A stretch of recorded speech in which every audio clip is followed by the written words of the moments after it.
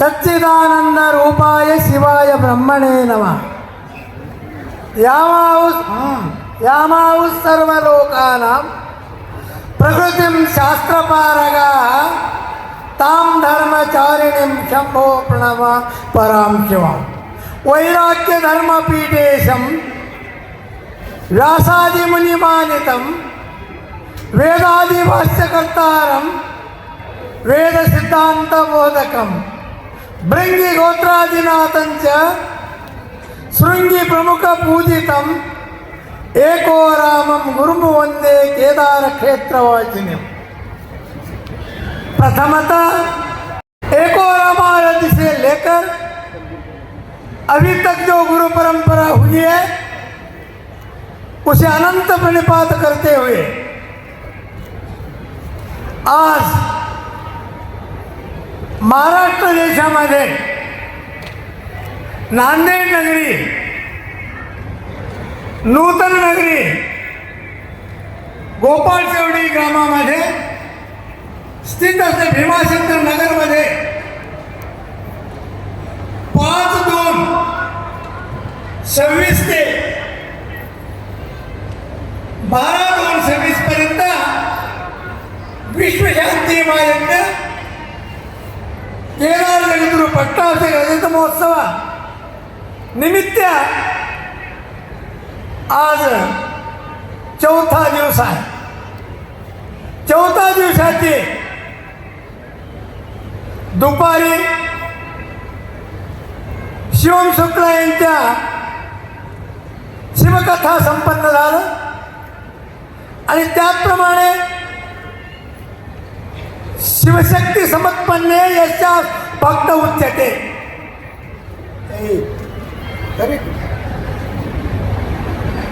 या उक्तीप्रमाणे आज 5 पासून माता कनकेश्वरीजी यांच्याही शिवकथा आपण श्रवण केला। तसे असलेले आता अगोदर त्यांनी जाणार आहे, त्यांच्या आशीर्वाद देऊन आरती करणं म्हणजे जरुरी होतं, म्हणून आशीर्वादचं 5-10 मिनिट देऊ लागलेलं आहे। आणि आज इथं असलेले समस्त शिवाचार्यरून, संगीतरून, छायाकार, चित्रकार, पत्रकार, समिती, सेवा समिती सर्व सदस्यगण त्यांनी आतापर्यंत 2 घंटेचे वरी झाले। त्यांनी 3 गोष्टींचे उल्लेख केलेला आहे। एक भाग्य, एक मृत्यू, एक आत्मा, 3 विषयावर त्यांनी प्रतिपादन केलेलं आहे। भाग्य बदलू शकत नाही। हरेणापि हरिणापि ब्रह्माणापि सुरैरपि च ललाटलिखितारेकं न परिपालं न पृच्छते। ब्रह्मा, विष्णू, शिव आले तरी, देवता आले तरी लिखित ते लिहिलेले भाग्यरेषा पुसणं कठीण आहे। अन्य क्षेत्रे कृतं पापम पुण्यक्षेत्रे विनिश्चिते। इतर ठिकाणी केलेले पाप पुण्यक्षेत्रामध्ये जाऊन आपण हरपून घेतो, अर्थात निवारण करून घेतो। आणि ते पुण्यक्षेत्रे कृतं पापम वज्रलेपो भविष्यति। पुण्यक्षेत्रामध्ये जाऊन, पवित्र क्षेत्रस्थानामध्ये जाऊन जर पाप कोणी केले ते वज्रलेपन होते, कधी पुसत नाही। पुनरपि जननम जठरीते चक्रमे विक्रमे नैव प्रतिप्रमंती निगतर्म अर्थात देवतेर्यंग मनुष्यादी नाना योनी।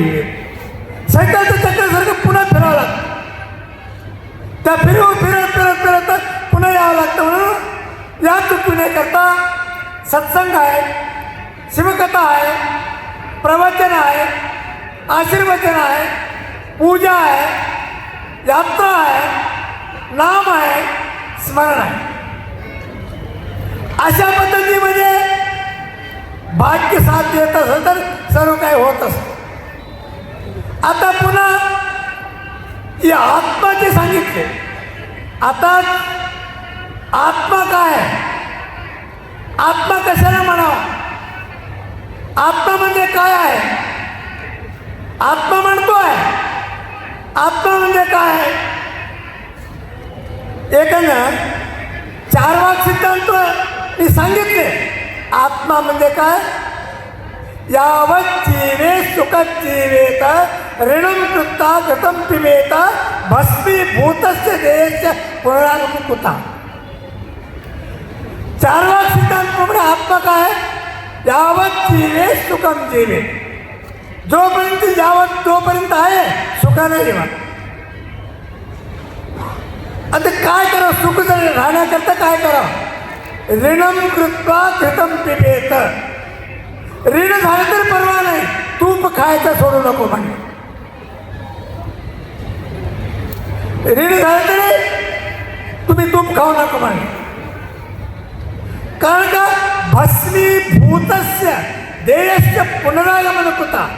जळून जाणारे शरीर, नष्ट होऊन जाणारे शरीर पुन्हा येते म्हणून कोण पाहून आले? त्या शरीरात कोणी पाहून आलेलं नाही आहे. म्हणून 4 वाक सिद्धांताने सांगितले. विचार केले, शरीरात त्याने आत्मा म्हणे. पुन्हा सिद्धांत, बौद्ध सिद्धांत काय सांगितले? शरीर आत्मा होऊ शकत नाही. कारण का? शरीर आत्मा जर होत असेल तर अमर आहे. आत्मा अमर आहे. निर्जीव झाल्यानंतर शरीर नासत नव्हतं, निस्तेज होत नव्हतं. म्हणून त्यांनी काय म्हणले? बुद्धी तत्वय कटैर बुद्धीर बुद्धी आत्मीय येते. आत्मा बुद्धी आत्मा आहे, त्यासाठी शरीर आत्मा नाही आहे. पण नंतर त्या बुद्धीला आक्षेप घेतले दुसरे सिद्धांताने. अन्य परिभाषित. दुसरे सिद्धांत सांगितले बुद्धी आत्मा होऊ शकत नाही. एक वेडा झालेला माणूस जिवंत राहू शकतो, त्याच्या बुद्धी नाही, जिवंत राहू शकतो. पण बुद्धी आत्मा होऊ शकत नाही. मग बुद्धी आहे तरी आत्मा कोणता आहे? तरी कोणता? अन्य अपरिभाषित. त्यांनी सांगितले काय म्हणून? अवयव इंद्रिय नाही, बुद्धी नाही, शरीर नाही. अहम प्रत्यय व्यक्तित्वात अनुभूत स्मृतेरपी. मी म्हणायची वस्तू वेगळीच आहे, ते मी आहे. हा शरीर माझा आहे. शरीर मी नाही, शरीर माझा आहे.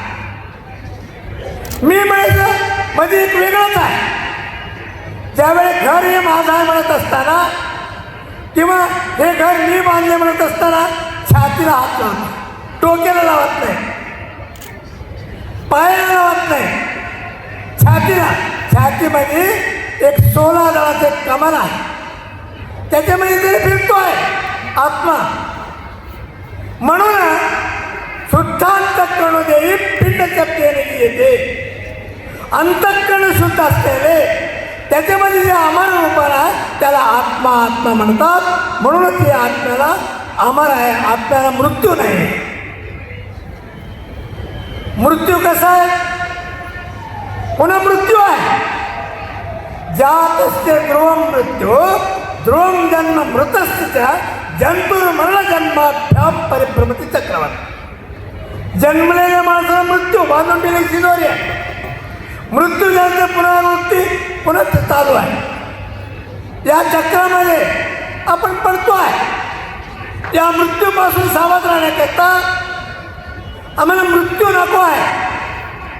नको नको गर्भवास भाऊ वाटत असे त्रास त्यांना म्हणे उमापती एवढी ऐकावी विनंती म्हणून त्यांना त्या घातामध्ये सांगितलं.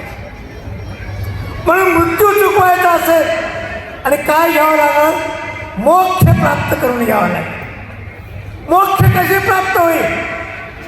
2च वाक्य. तुम्हाला मोक्ष निश्चितपणे दोनच वाक्य आहे. दोन कोणतं आहे? सत्यम वद धर्मम चर. दोनच, जास्त लागत नाही आपल्याला. सत्यम वद धर्मम चर.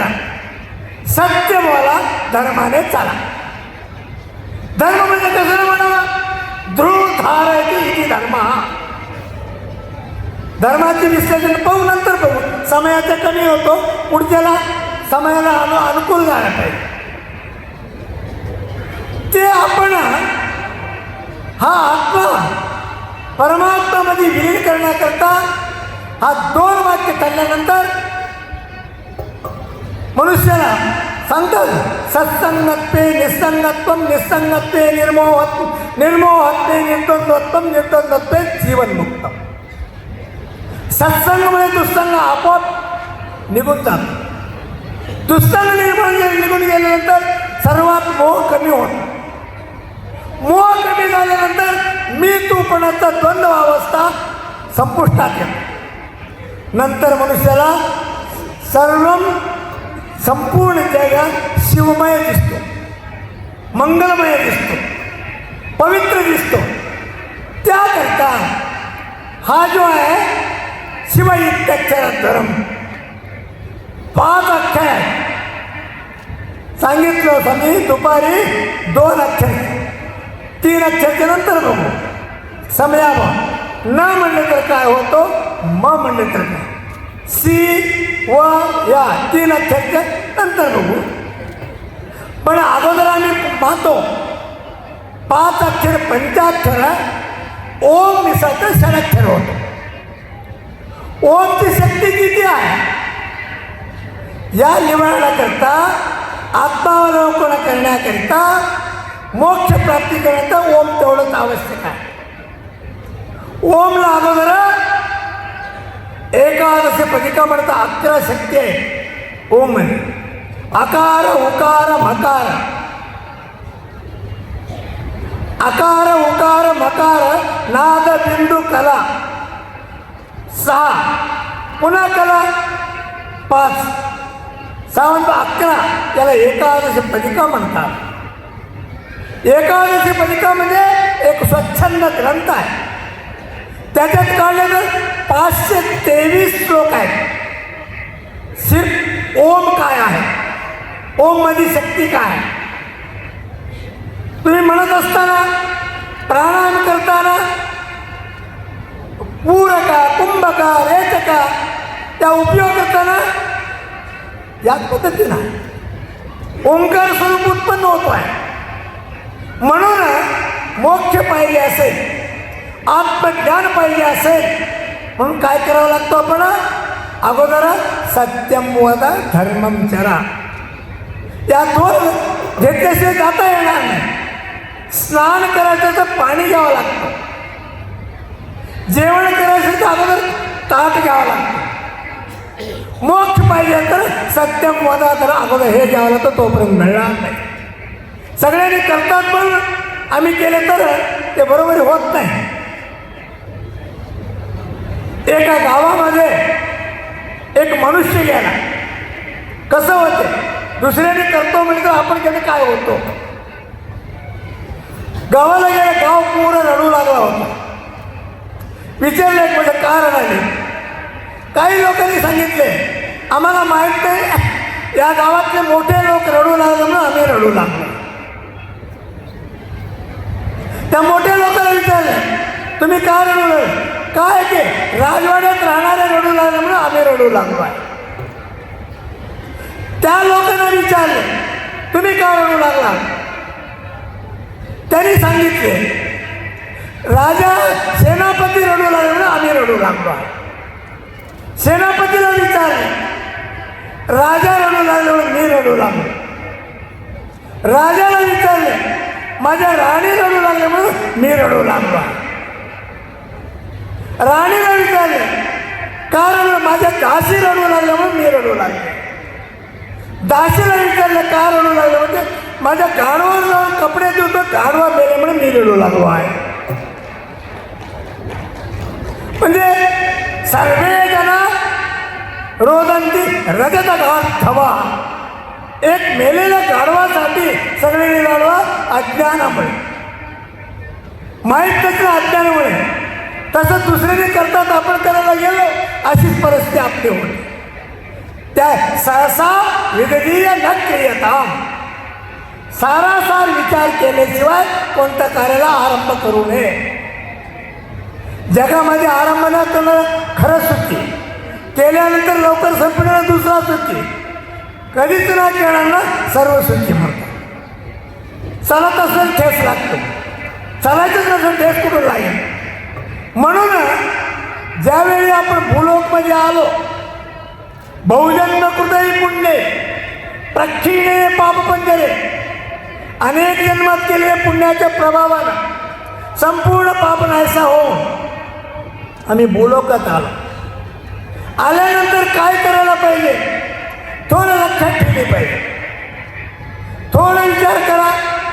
तुमचे आयुष्य 60 किंवा 70 वर्ष. 70 वर्षामध्ये अर्धा कशात जातात माहीत आहे? 35 वर्ष झोपीमध्ये जातात. राहिले 35 वर्ष. 35 वर्षामध्ये त्याच्यातलं 15 वर्ष पोट भरण्याचे उद्योग करावा लागतो. नोकरी व्यापार काही असेल ते करावं लागतो आहे. आणि ते केल्यानंतर पोट भरतो. 35 मध्ये 15 घेत राहिले किती? 20 वर्षामध्ये 10 वर्ष कशात घालतात? रोगामध्ये घालतो. मानसिक रोग असेल, शारीरिक रोग असेल, हे सर्वांना बांधून दिले शिदोरी आहे.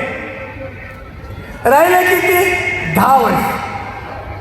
10 वर्षामध्ये 5 वर्ष सगळ्यांनी रिझर्वेशन करून दिलेलं आहे. ते मोठे झाले, छोटे झाले, कुठेही जाऊन बोलल्याशिवाय जमतच नाही. ते कंपल्सरी ऑप्शनल नाही. ते कुठेही तुम्ही शेतात जा, घरात जा, वट्ट्यावर जा, त्याच्यासाठी ठेवाच लागणार 5 वर्ष. त्यासाठी जर आपण रोकायचे प्रयत्न केलं, डोका पागल होतो. आपल्याला काही दुसऱ्याला नाही सांगितलं की आपण डोका पागल होतो. म्हणून तू रडायचं असलं बाहेर राहणं म्हणतात, डोकं नीट करण्याकरता. म्हणून झाले किती? 5 वर्ष. 5 वर्षामध्ये 1 वर्ष अज्ञानमध्ये असतो. जन्म घेतल्यानंतर आईच्या उदरात त्याला ज्ञान नसतो. 1 वर्ष गेला, म्हातारपणामध्ये डोक्यामध्ये सुस्ती राहत नाही, प्रज्ञा राहत नाही. 1 वर्ष तो राहिले किती? 3 वर्ष. हे 3 वर्ष ऑप्शनल आहे, कंपल्सरी. बाकी सर्व कंपल्सरी केलीच पाहिजे. काय केली पाहिजे? 3च वर्ष. या 3 वर्ष हे केव्हा होतात? जन्मल्यापासून वयाच्या 8 वर्षापासून एक तीव्र इच्छा घेऊन शाळेत जाऊन विद्या शिकून तेव्हापासून प्रारंभ केले तर आपल्या डिग्री होऊन जीवन जाते. वयाच्या 8 वर्ष आपण जर करता वयाच्या 40व्या वर्षी तुम्ही जर याला तुमची त्या वाटाला तुम्ही निघाला, विद्यार्थी जूनच्या ऐवजी डिसेंबरमध्ये गेल्यासारखं होतो. डिसेंबरमध्ये हजेरी भरत नाही, परीक्षेला बसू येत नाही. तसं तुमची हालत असं होईल की तर तुम्ही भूलोकात तुमच्या झालेले पुनरपि जननम पुनरपि जननम जठरी शयनी, पुन्हा जन्म पुन्हा मृत्यूमध्ये त्याच वर्गात बसवितात. त्याला नको म्हणूनच एवढा खटाटोप आहे. जगामध्ये अध्यात्माचा खटाटोप कशासाठी? ते नको म्हणून आहे. म्हणून हा प्रक्रिया चालवावा लागतो आहे आणि चालत आहे. म्हणून आज इथं आता बाकीच्या गोष्टी लांबत राहतात. आजच्या या समारंभामध्ये माता कनकेश्वरीने सकाळी शिवम शुक्लाजीनं सांगितले इथं तरी होऊच लागलेले कार्यक्रम. आणि पुन्हा माताजीनं आम्ही सांगितलं, आताच त्यानं सांगितले तुम्ही केदारला एक वेळ या, तिथं कर म्हणजे त्यांनी सुद्धा स्वीकार केले.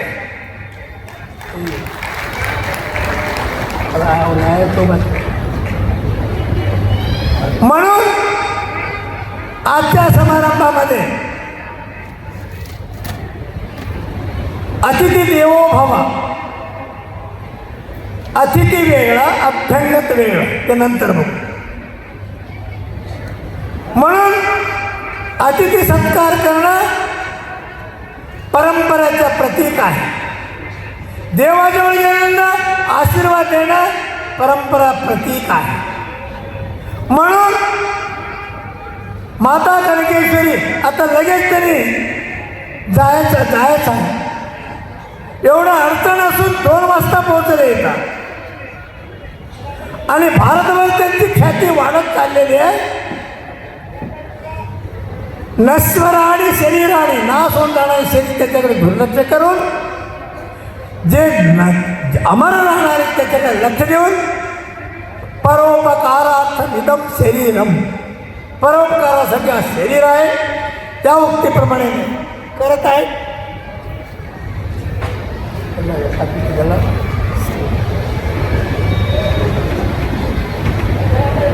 हा त्यांच्या केदारनाथाचा रक्षा कवच आणि आरोग्य कवच म्हणून त्यांना आशीर्वाद देण्यात येत आहे.